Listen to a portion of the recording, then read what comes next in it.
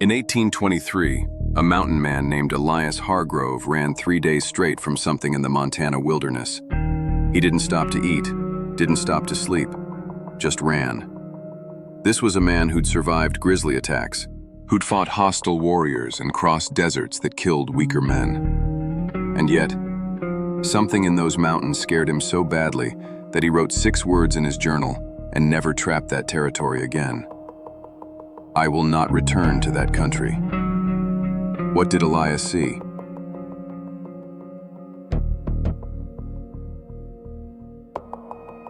Let's dive in. Welcome to 12 Past Midnight's Friday Night Mystery, The Frontier Files.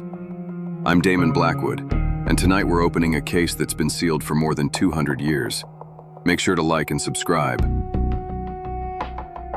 You think you know the frontier? Think again. Forget the romanticized tales of pioneers you learned in school. Put aside the bronze statues and the history book heroes. What I'm about to tell you, well, it's been deliberately left out of those books, and there's a reason for that. We're talking about encounters so strange, so unsettling. They challenge everything you thought you knew about uncharted North America and the genuine mysteries that lurked within it. Everyone knows Daniel Boone, Kit Carson, Jim Bridger. Household names, right? But what if I told you the truly bizarre stories of the American frontier lie with the men history forgot? Men like Elias Hargrove.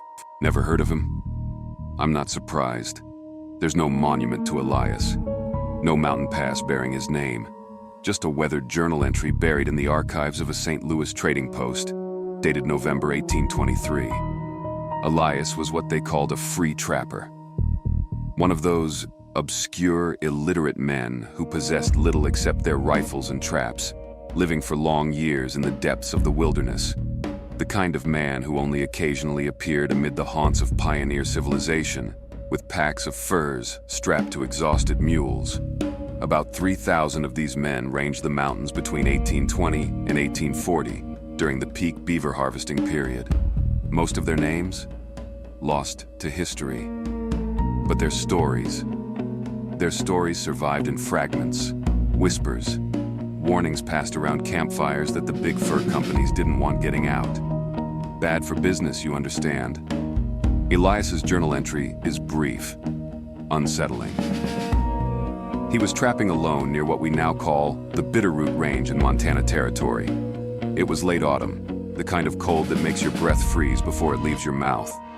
He'd set his traps along a creek when he noticed something that made his blood run colder than the November air. Tracks. Not bear tracks. Not elk. Human-shaped but wrong. Massive, easily 16 inches long, sunk deep into the frozen mud. And they weren't alone. There were others. A family, maybe, or a hunting party. The stride length suggested something well over 7 feet tall. Now, Elias had traded with the Salish people. He'd heard their stories about the Saskats, the hairy man that lived in the mountains, in tunnels and caves. He dismissed it as superstition, folklore meant to keep children from wandering too far from camp. But here were the tracks. He followed them, against every instinct screaming at him to turn back. The trail led up into a narrow canyon where the pine trees grew so thick that noon looked like twilight. That's where he found the structure. Twisted branches, some as thick as a man's thigh, woven together in a pattern that made no sense. Too deliberate to be storm damage. Too massive to be man-made. Not without tools. Not without a dozen men working together. And the smell. Elias wrote that it was unlike anything he'd encountered. Not death exactly, but something primal. Something that triggered every prey instinct the good Lord gave us. He described it as the scent of thunder before it strikes. He was standing there, trying to make sense of it all, when he heard the breathing, deep, measured, coming from the shadows between the trees. Elias didn't wait to see what made that sound. He ran. A veteran mountain man who'd survived grizzly attacks and hostile encounters with Blackfoot warriors. He ran like a child fleeing a nightmare.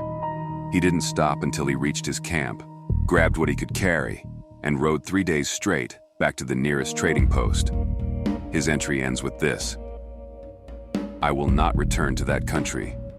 Whatever the Salish say walks those mountains, it is there, and it does not want company." But here's what makes this story truly compelling. Elias Hargrove wasn't alone. In the very same year, 1823, a French trapper named Louis Bijou reported to the American Fur Company about an incident along the Snake River. He and his partner had their entire cache of beaver pelts, worth a year's wages, stolen in a single night. Not by other trappers, not by Indians. The footprints around their camp told a different story. Then there's Michel Immel, another obscure name, a seasoned trapper working for the Missouri Fur Company. In 1824, he wrote a letter to his brother in St. Louis describing what he called the hairy giants of the Rockies. He'd found a deer carcass in a tree, placed there with such force that branches as thick as his arm had snapped clean. No rope marks, no tool marks, just brute strength that shouldn't exist. Michel was killed by Blackfeet raiders 3 months later. His letter survived because his brother kept it. Called it madness brought on by wilderness fever. Maybe it was. Or maybe Michel Immel saw something out there. Something that's been in those mountains longer than we have. Something that doesn't need to prove it exists because it knows we can't prove it doesn't. See, here's what the history books won't tell you.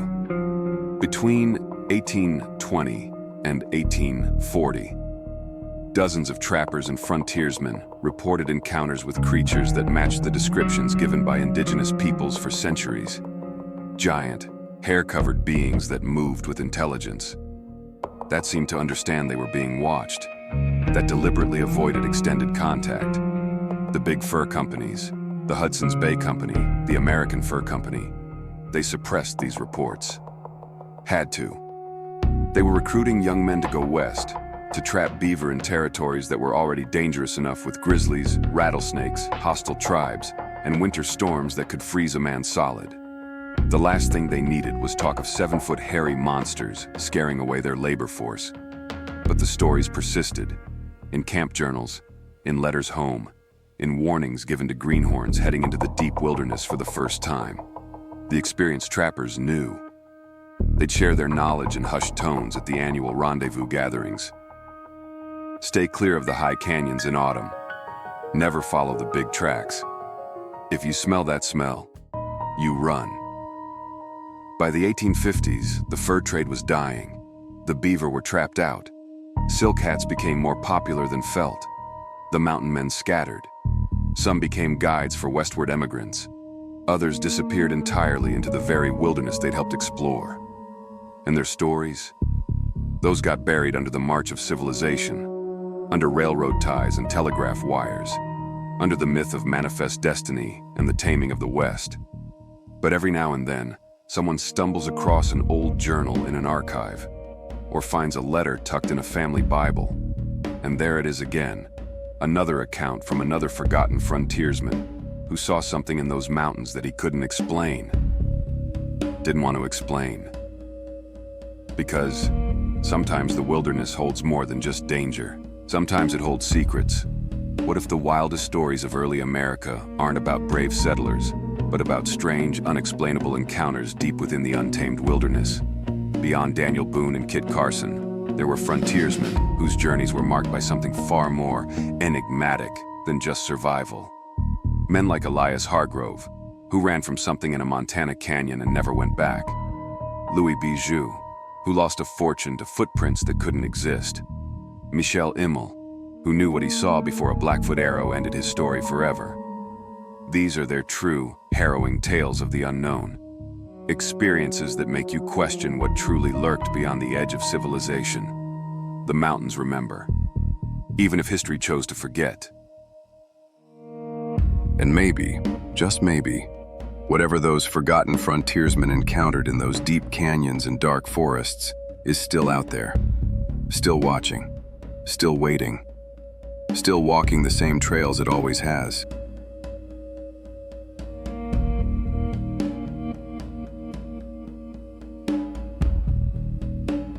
Until next time, my friends.